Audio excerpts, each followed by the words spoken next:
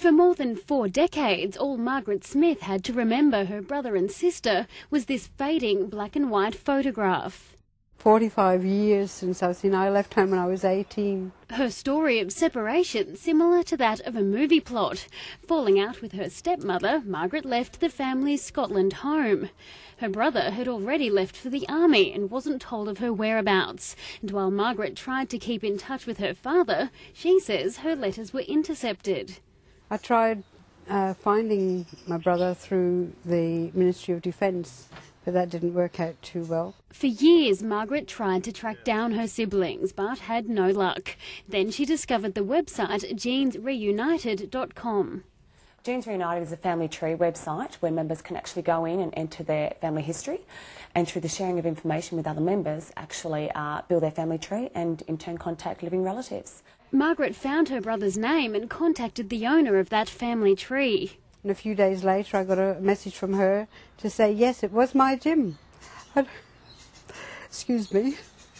Still can't get over it yet. I just haven't come to terms with the fact that I've actually found him and he's alive. She also managed to find her sister, and the three plan to reunite in January. It's very likely that if you go on there, you will be able to find your family. Genes Reunited is the sister site of friendsreunited.com, a similar service that links friends by their schools, universities or workplaces. That's how Dallas Free located her natural parents. She was organising a school reunion when she decided to put her birth mum's name in. And I put her name in and up it came, and I actually think I froze. She's since met her natural mother and a whole host of other family members. I didn't really understand how much it would mean until I met her. I just knew that was something I wanted to do. But finding long-lost family isn't always that easy, and they aren't always receptive. The Salvation Army Family Tracing Service specialises in dealing with more delicate circumstances. Because of the need and the pain that can be related to that, they want someone who can support them and then perhaps act as a mediator when the person's found, hopefully. Deborah Ennis's 3 children were abducted by their father almost 15 years ago. Finding private investigators too intimidating, Deborah eventually tried the Salvation Army's tracing service. There was no fear factor with the Salvation Army, so that's why I chose them. Within 2 months of making the application, Deborah was put in contact with her children just last week.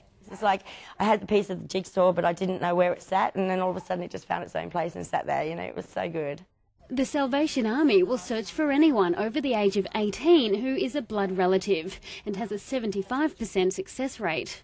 In Queensland, we are working on and opening new cases between 500 and 600 each year, and we're finding on average 2 people every day. You'll need to know your family member's name and year of birth. The Salvation Army charges a small fee, but for those who can't afford it, the fee may be waived. Registration for the Reunited websites is free. To contact another member or view other family trees, there's a $20 fee for Genes, $15 for Friends. A small price to pay to be reunited with long-lost family.